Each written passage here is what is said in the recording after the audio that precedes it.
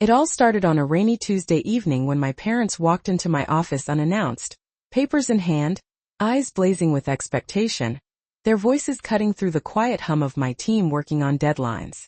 They slammed a stack of documents onto my glass desk and demanded, "Sign over 50% of your company, or we'll ruin your reputation tonight."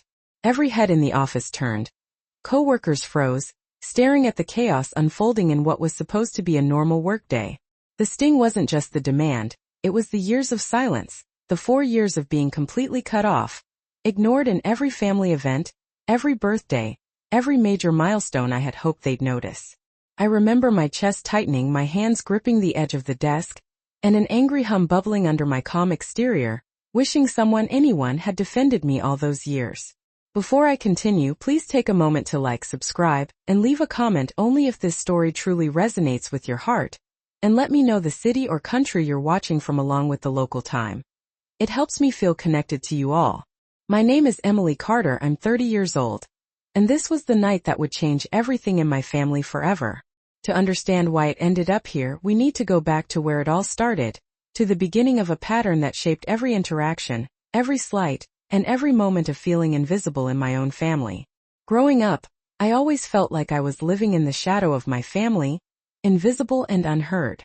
My older brother Jason was the golden child, always praised for his accomplishments, every report card, every college acceptance letter meticulously celebrated, while my achievements were barely acknowledged. Birthdays passed with quiet nods instead of party cheers, and school awards were met with polite, distracted smiles that made me feel like my success was a minor inconvenience. My parents, Richard and Linda Carter, seemed to have a manual for favoritism, one that left me perpetually on the sidelines, waiting for validation that never came. Even the smallest family milestones carried this weight. Holidays were orchestrated around Jason, his achievements, his milestones, and I was simply a guest in my own home, performing the role of dutiful daughter while my efforts went unnoticed.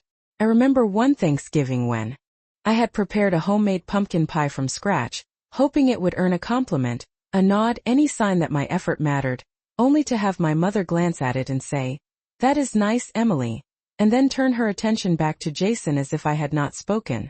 That moment stung, and it was one of many that etched the pattern of neglect into my mind. School events offered no relief. When I earned a scholarship to a local business program, my parents were polite in recognition, but the excitement and pride reserved for Jason at his music competitions or soccer games was absent. Their eyes never lit up for me, never carried the warmth of acknowledgement I craved. Instead, I learned early that self-reliance was not just encouraged, it was a necessity. By the time I graduated from college, I had built a quiet resilience, knowing that no one would champion my victories but myself.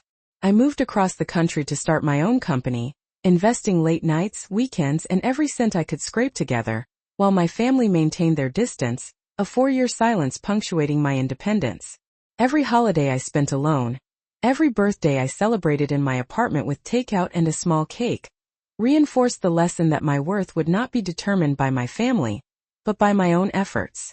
Yet, even as I worked tirelessly, the absence of familial support gnawed at me, a persistent reminder of the betrayal of trust, of the unconditional love I had hoped for and never received. The isolation was a heavy cloak, but it also fueled a determination I had not fully realized.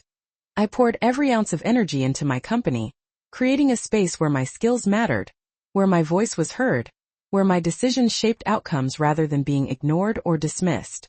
It was in these long hours, in the solitude of boardrooms and the quiet of early morning planning sessions, that I discovered my own power, my capacity to build, lead, and create something of value that belonged entirely to me. Each client I signed, each contract I secured, each small success compounded into a foundation that made the thought of my family's eventual return unimaginable. They had abandoned me for so long, yet I had transformed their absence into the very engine of my growth. And in that transformation I felt a new kind of strength, one that was quiet but resolute, rooted in the knowledge that I had not only survived the neglect and dismissal but had thrived despite it, carving out a future on my own terms, even as the memory of their indifference lingered like a shadow in the back of my mind. That shadow, however, had begun to shape me in ways I could not yet fully appreciate, teaching lessons of patience, strategy, and the subtle art of maintaining composure in the face of disappointment. It was a lesson that would soon be put to the ultimate test, as the echoes of their absence and the patterns of their favoritism set the stage for a confrontation I could neither have predicted nor ignored, a reckoning that would demand every ounce of poise and clarity I had cultivated over these long solitary years, a moment that was silently approaching even as I organized spreadsheets, finalized client proposals, and walked the thin line between pride in my achievements and the lingering ache of familial rejection. For years, I had quietly built a system within my company that no one outside my circle could see.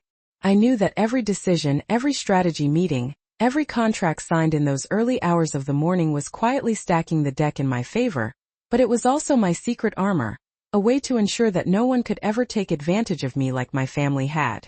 I remember the smell of fresh coffee, the hum of fluorescent lights in the office that sometimes felt louder than the laughter echoing from the conference room where clients praised my brother or my father when I was ignored. My assistant Mark had long since stopped asking why I arrived so early and stayed so late. He simply knew that the work had to be done. It was during one of those mornings, the sky still gray from an early winter frost, that I received a call from my mentor, someone who had seen the potential I never felt in myself and nurtured it in secret.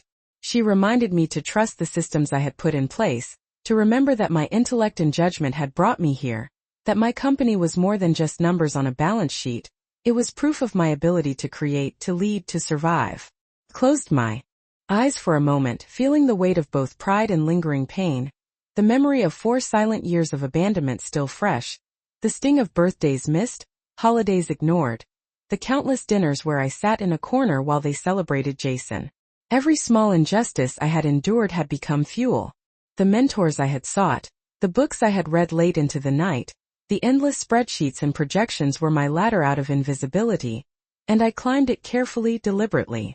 Then came the day when a client meeting turned chaotic because my parents had chosen that exact moment to appear, uninvited in the lobby, their expressions set and their energy demanding attention. I remember seeing them, Linda and Richard, walking past the receptionist, their eyes scanning for recognition, expecting awe or at least deference. They had no idea how meticulously I had prepared for such a confrontation, how much I had learned to read the subtle currents of authority and respect within my own office. They did not know that every employee knew my name, my reputation, and my skill, and that I had carefully built an environment where respect was earned, not inherited. I felt my stomach tighten, but I reminded myself that I had rehearsed this moment countless times in my mind. The papers they carried, the very ones they had used to threaten my control, seemed almost comical compared to the structures I had built, the contracts I had signed, the revenue streams flowing under my guidance. And yet, as they approached my office door, every instinct screamed at me to stay composed, to hold the calm exterior that concealed the storm of emotion within. The tension in the hallway was palpable. Colleagues whispered behind their hands, sensing the confrontation before any words were exchanged. I opened the door slowly, my gaze fixed on my mother first, the woman who had dismissed my accomplishments so many times, and then my father, whose nods of approval for Jason had left me unseen. My voice, steady but firm, broke the silence. "Good morning. How can I help you today?" The words felt strange, almost foreign in their own power, carrying a weight they had not anticipated. They glanced at each other, uncertainty flickering across faces that had always been confident in the control they believed they held over me. And in that moment I realized that, for years of neglect, for years of silence, had taught me more than I had known. It had built a foundation that no threat, no demand could shake. They were about to learn that the child they had ignored was now the one holding the keys to the kingdom, and that every step I had taken in their absence had been preparation for this very confrontation, the moment where their expectations would collide with the reality of my success. As they placed the papers on my polished oak desk, I kept my eyes level with my mother, noting the way her fingers trembled slightly despite the forceful slam. My father, normally calm and commanding, shifted his weight uneasily, and I could see the uncertainty in his eyes that I had never seen before. The employees around us were quiet, waiting, sensing the gravity of the moment, their eyes darting between us as if anticipating a scene that was about to unfold. I remembered the countless evenings I had spent alone in this office, preparing presentations, running numbers, and rehearsing scenarios like this one in my head, never expecting it to come for real. The papers they brought contained their demand, A bold assertion of control that assumed my compliance, that believed 4 years of silence and abandonment had left me weak. I leaned back slightly, placing my hands calmly on the desk, and allowed a small smile to appear, not from mockery but from the understanding that their assumption of power was about to collide with reality. I recalled the countless lessons I had learned from mentors, from the mistakes I had made while building this company, from the nights I had sacrificed sleep to understand contracts, to master the flow of funds, to anticipate every possible move that could threaten my authority. Every small humiliation, every dismissal they had inflicted on me in the past, had been converted into knowledge, into a careful map of my own strength, and now that map guided me as I assessed their expressions. My voice, steady and even, filled the space between us as I spoke. I appreciate your concern for the company, but I assure you, everything here is accounted for, and any attempt to interfere will only affect your own credibility. I watched the flicker of surprise cross their faces, the subtle hesitation, as if for the first time they realized that the Emily Carter who had once been ignored, overlooked, and dismissed was no longer the same person. The atmosphere shifted slightly. Tension hung thick in the air, and I sensed that even their carefully rehearsed threats were losing their weight against the quiet authority I had cultivated. My father opened his mouth, probably to repeat the demand, to press the issue, but I continued without raising my voice, outlining calmly the structures, the agreements, and the safeguards I had put in place over years to protect the integrity of the company and the people who depended on it. I watched as realization dawned, their confident posture faltering as the knowledge that they could not intimidate me settled in. Each sentence I spoke built a barrier of clarity and competence around myself, a shield formed not from anger or confrontation but from the undeniable truth of my preparation, skill, and foresight. The papers on the desk no longer carried power. They were symbols of past attempts to control me, attempts that had failed to break my resolve. Every employee present recognized the shift, the quiet confidence that radiated from my position, and I felt a sense of calm triumph wash over me, a validation not from my family, but from the very fact that I had built a world where my competence was unassailable. Even as my parents stood there silent for the first time, I knew this moment was the result of years of patience, perseverance, and the conversion of past neglect into present strength. The confrontation had begun, but it would end exactly on my terms, as I had envisioned countless times during the long hours I spent alone building the foundation for this very day. A day when the dynamics of family, power, and respect would finally align with the reality I had created. My parents shifted their weight uneasily, glancing at each other as if silently negotiating a new reality, and I realized in that moment how long it had been since they had seen me as capable rather than the child they once dismissed.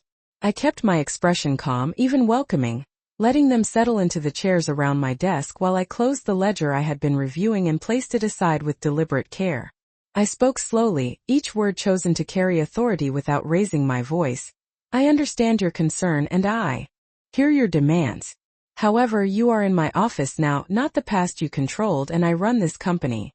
I saw my mother's lips press tightly together and my father's eyes narrow slightly, a flicker of surprise passing through them as if they were beginning to recognize that the quiet, overlooked Emily they had ignored for years was no longer someone they could intimidate with threats. The employees nearby shifted subtly, glancing between the family and me, sensing the shift in energy, the unspoken assertion of competence that did not need to be shouted.